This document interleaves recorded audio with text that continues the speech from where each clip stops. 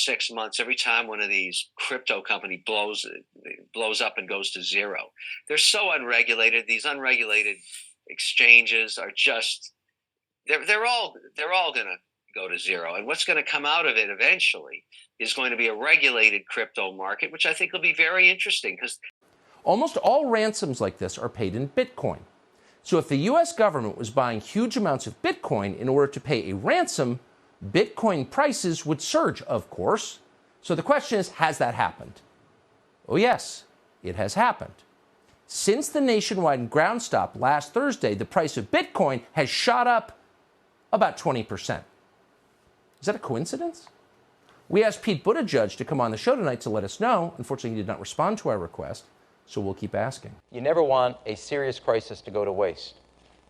And what I mean by that, it's an opportunity to do things that you think you could not do before. Welcome to the Crypto Teacher. And you know I come back with that video just to make you think. Don't forget to like and subscribe to the channel. And guys, we have Kevin O'Leary back, saying everything is going to zero.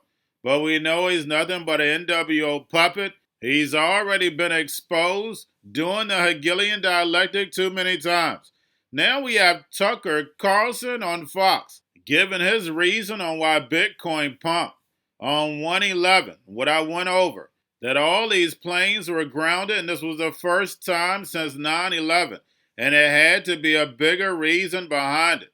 But guys, when it comes to Bitcoin, we know why Bitcoin pumped, because Hong Kong launched their ETF during that period, and we can go back and look at futures and see that.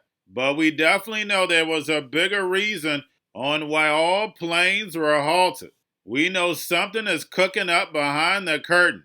We know they only need one more crisis. Now, guys, in Davos, we're seeing a lot of political agendas. We're seeing all the old puppets coming back. Al Gore, John Kerry, to name a few. And we know Kerry is all about climate. And we know how long he's been on the scene. Another skull and bones guy. And we had Henry Kissinger, which we know is famous for the Saudi Arabia deal when we're looking at oil and how the NWO used it in order to take over the globe. But when we look at the World Economic Forum, remember guys, it's all about the fourth industrial revolution going forward. Everything being tokenized and put on blockchain. And we see the emerging markets leading the way. And we know the United States is on the back burner for a reason. The U.S. is the last free nation. Because, guys, remember blockchain gives the NWO the all-seeing eye. And then you add that in with smart contracts, tokenization, robots, algorithms, drones. Knowing your customer with biometrics, you're taking humanity out of the workforce. And because they've been collecting our data for decades, sitting in the cloud, they know you just as good as you know yourself. So that means they're going to be able to clone you in the metaverse. And remember, the Crypto Teacher told you, because he knows when it comes to the New World Order, it's all planned out. You have a wonderful day. And it's a fulfillment of the hopes which have characterized the evolution of Europe since the end of the war, and fulfill the principles of America in bringing about a more peaceful world order. Okay, thank you. We fully conquered Thailand. And Thailand is a small country, but surprisingly we are quite advanced in terms of blockchain applications and use cases. For example, the Thai central bank governor was here at Davos last year on the stage talking about CBDC, central bank digital currency. It was going to be launched in Q4 last year, but we got a bit delayed to Q1 this year. But we're going to start with the wholesale, not the retail, wholesale CBDC first. Thai central bank is working with the MAS, Singapore MAS, for the wholesale remittance between the two countries. And that's the first real, blockchain use cases.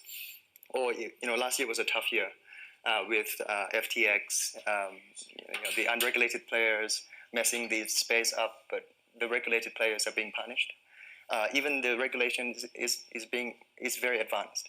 For example, in June this year, there'll be a new requirements on capital requirements, NCR, on top of our customers' deposits. We have $2 billion worth of customers' deposits right now, and we keep 10% on the hot wallet. Dollar to dollar, one to one, but we have to have an additional $200 million of our own cash on top. Right? So we need to, Thailand is quite advanced, but we don't have this standardization of governance or transparency yet. And another issue is the standardization on the interoperabilities that we discussed this morning. On the future of capital market, the blockchain application on the future of the capital market. The previous session that I attended, the CEO of New York Stock Exchange, she said that T+2 is settlement time is no longer acceptable in today's world, right? And been saying that for a very long time, but yes. So they're exploring, DLT, blockchain. But for Thailand, we are, planning to issue a separate, what we call an investment token, which is a separate license from a crypto token, where traditional finance can tokenize all kinds of values, ranging from government bonds. We can tokenize government bonds. We can tokenize carbon credit trading. We can tokenize FX, right? Currency exchange, electricity unit, right? Just a bit of background to the audience here. With the blockchain technology, it creates digital scarcity versus the internet that it creates digital abundance. For the first time in humanity, that we are able to achieve digital scarcity. That means we can have a digital representation. Tokenization is a digital representation of values, right? Meaning that we can upload any kind of values online into the digital economy, meaning that tokenization will be the underlying foundation of the digital economy going forward. We can tokenize anything now. And in Thailand, we are issuing a separate investment tokens so that there'll be a new fundraising method right, going forward, which is quite advanced compared to others. Yeah, I think the capital markets use case is I keep saying the word use case. It's just, but it is one of those ones that's immediately understandable. And I think also potentially, Timo, is one that translates directly to a question that governments and regulators, they've regulated capital markets so heavily, this idea that we can tokenize these real world assets, that we can turn a bond into a fractionalized version of a digital bond or a real estate or an energy claim. We're going to a different economy, and we're going to be learning more about that as we go. But clearly, we're learning that things can be done from remote locations. We're learning that technology can replace people even more than we thought. We're not going back to the same economy. We're recovering, but to a different economy, and it'll be one that is more leveraged to technology. And I worry that is going to make it even more difficult than it was for many workers.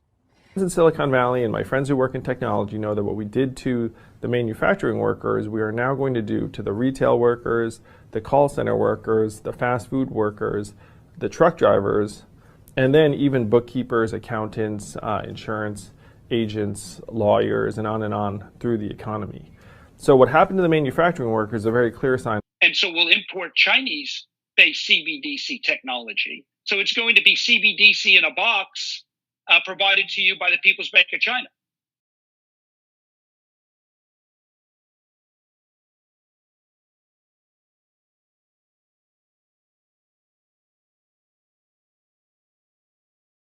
Most powerful person in the world is the storyteller. The storyteller sets the vision, values, and agenda of an entire generation to come. Steve Jobs. And guys, I truly believe in this. When you look at the New World Order, they're the storytellers. And that's the reason why I wrote my New World Order book. But guys, now it's time to change the current generation. And I wrote 3 kids' books. I love the Trinity because I understand the power that's in it. So I have 3 books. We have an opportunity to change the generation, to educate, not just me, but I want to show you that I take action on a daily basis. And I want you to take action on a daily basis.